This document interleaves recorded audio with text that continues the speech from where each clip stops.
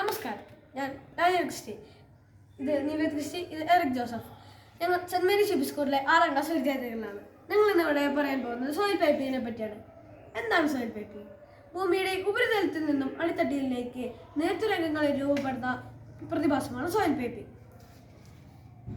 ഈ തുരങ്കങ്ങളിലൂടെ മണ്ണൊലിക്കുകയും ഭൂമിയിൽ വലിയ വലിയ വില്ലുകൾ വീഴുകയും ചെയ്യുന്നു. അത് സോയിൽ പൈപ്പിങ്ങിൻ്റെ ഒരു ഫലമാണ്. സോയിൽ പൈപ്പിങ്ങിൻ്റെ കാരണങ്ങളെ പറ്റിയാണ്. ആദ്യമായി മണ്ണിൻ്റെ സ്വഭാവം. ചെളിപ്പാളികളും മണൽപ്പാടികളും ഇടകലർന്ന മണ്ണാണ് സോയിൽ പൈപ്പിങ്ങിന് സാധാരണയായി കാണുന്നത്. അമിതമായ മഴയോ തുടർച്ചയായ മഴയോ സോയിൽ പൈപ്പിങ്ങിന് കാരണമാകാം. മനുഷ്യനിർമ്മിത പ്രവൃത്തികൾ, വനനശീകരണം, അശാസ്ത്ര രീതിയിലുള്ള കൃഷിയും അശാസ്ത്ര രീതിയിലുള്ള നിർമ്മാണ പ്രവൃത്തികളും സോയിൽ പൈപ്പിങ്ങിന് കാരണമാകാം.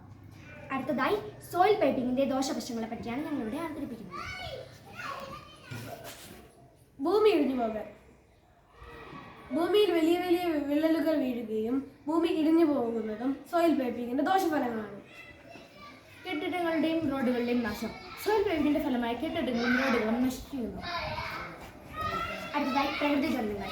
സോയിൽ പൈപ്പിങ്ങിന്റെ ഫലമായി മണ്ണിടിച്ചിലും ഉരുൾപൊട്ടലും പോലെയുള്ള മറ്റു പ്രകൃതി ദുരന്തങ്ങൾ സംഭവിക്കാം. ഈ അടുത്ത് മുണ്ടക്കൈ ചുരമലയിൽ നാം അത് കണ്ടതാണല്ലോ. സോയിൽ പൈപ്പിംഗ് തടയാൻ നമുക്ക് ചെയ്യാവുന്ന കാര്യങ്ങൾ: വനസംരക്ഷണം. വനനശീകരണം തടഞ്ഞു വനം സംരക്ഷിക്കേണ്ടത് വളരെ അത്യാവശ്യമാണ്. അടുത്തതായി ശാസ്ത്രീയ കൃഷിരീതികൾ. അശാസ്ത്രീയമായ കൃഷിരീതികൾ ഒഴിവാക്കുകയും ശാസ്ത്രീയമായ കൃഷിരീതികൾ ഏർപ്പെടുത്തുകയും ചെയ്യുന്നത് അത്യാവശ്യമാണ്. അശാസ്ത്രീയമായ നിർമ്മാണ പ്രവർത്തനങ്ങൾ ഒഴിവാക്കേണ്ട അത്യാവശ്യമാണ്. ശാസ്ത്രീയ നിർമ്മാണ പ്രവർത്തനങ്ങളിൽ നാം ഏർപ്പെടേണ്ടതാണ്. മണ്ണിടിച്ചിൽ തടയൽ.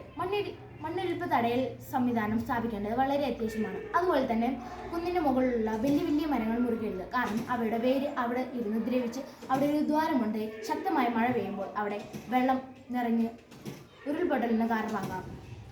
സോയിൽ പൈപ്പിംഗ് ഒരു ഗുരുതരമായ പ്രശ്നമാണ്. സോയിൽ പൈപ്പിങ്ങിനെതിരെ വിദ്യാർത്ഥികളായി നമുക്ക് കൈകോർക്കാം. ഇത്രയും പറഞ്ഞുകൊണ്ട് ഞങ്ങളുടെ വാക്കുകൾ ഇവിടെ നിർത്തുന്നു. Thank you.